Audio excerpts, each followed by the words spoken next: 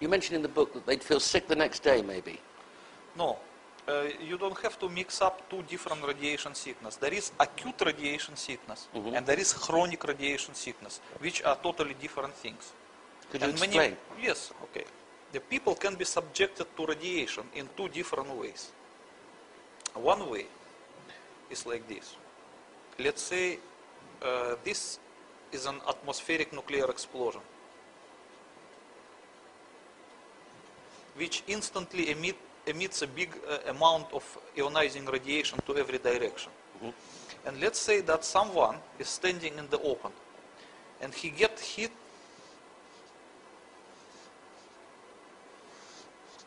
by the front of the ionizing radiation. So he will be injured by this radiation.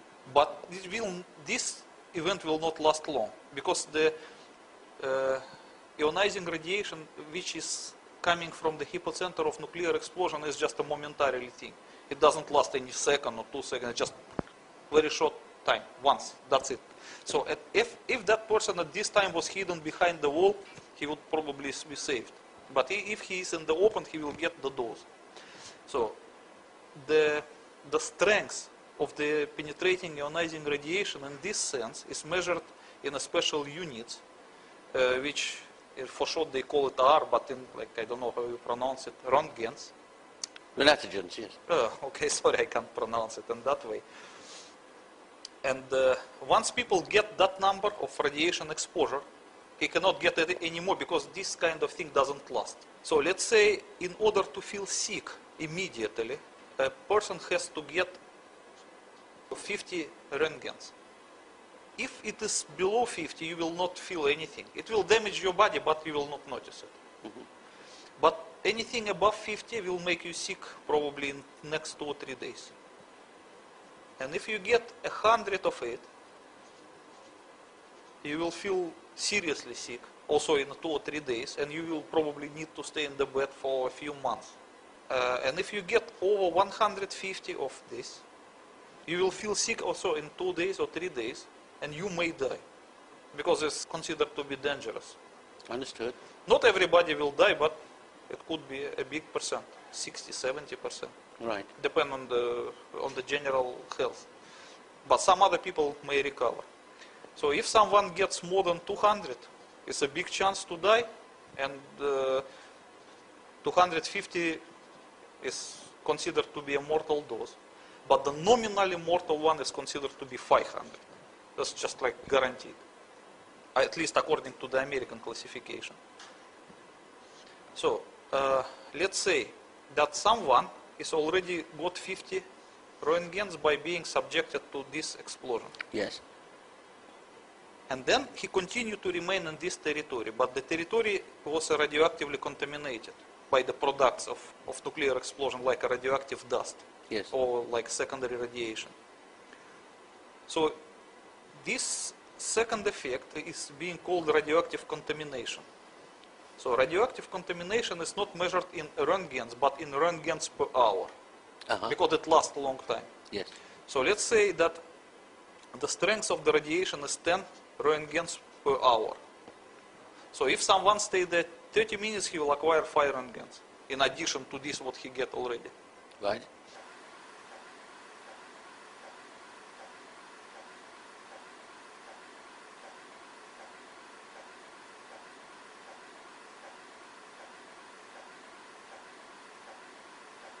And this can be accumulated.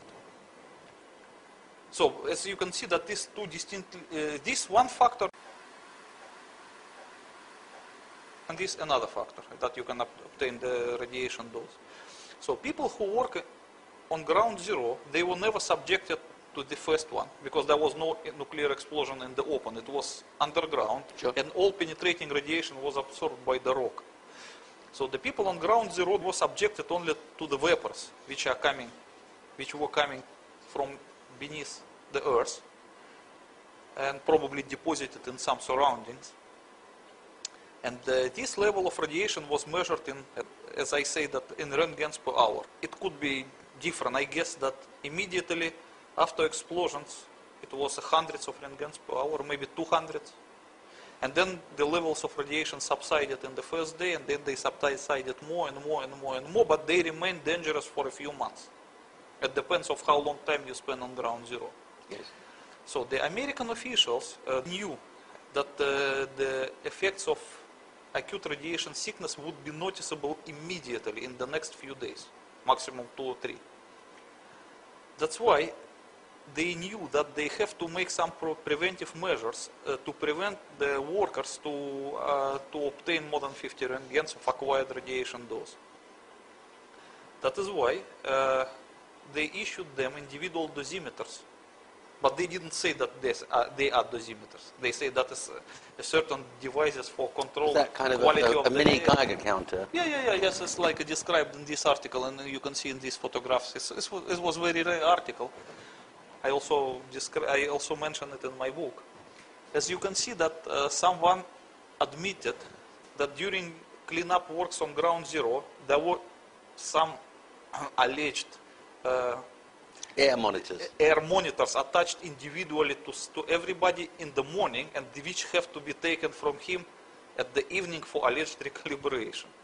Okay, but look, it doesn't look serious. It was just individual dosimeters, which were taken every evening to take readings from them and just to calculate the summary radiation doses for each worker. So once the officials appointed to secretly monitor the radiation dose see that someone is acquiring close to the digit that he will soon feel sick, they remove him under some pretext from ground zero. Let's say transfer him to some other work, which is not dangerous in that sense. So they monitor it, and they never allow anyone to accumulate more than 50 rengens. That is for sure. That's why no one in ground zero suffered from acute radiation sickness.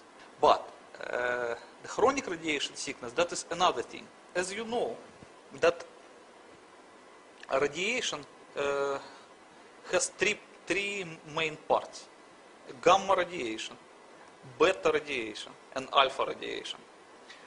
So the gamma radiation is a penetrative radiation. Yes. It will penetrate everything, including hazmat suit.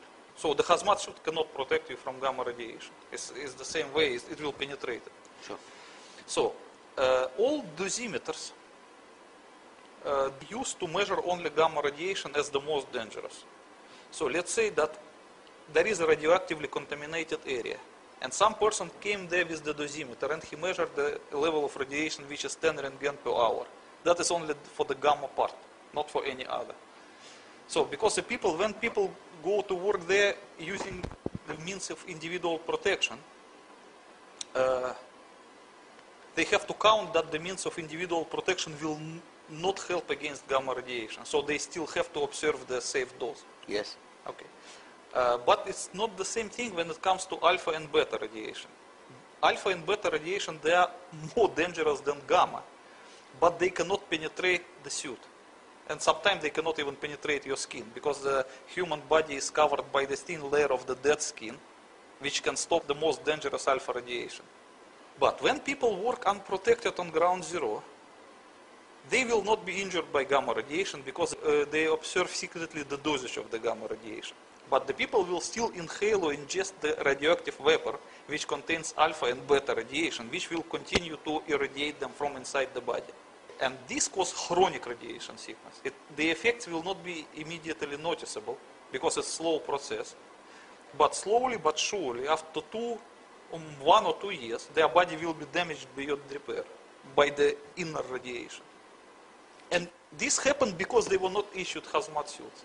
But the FBI agents, they know this.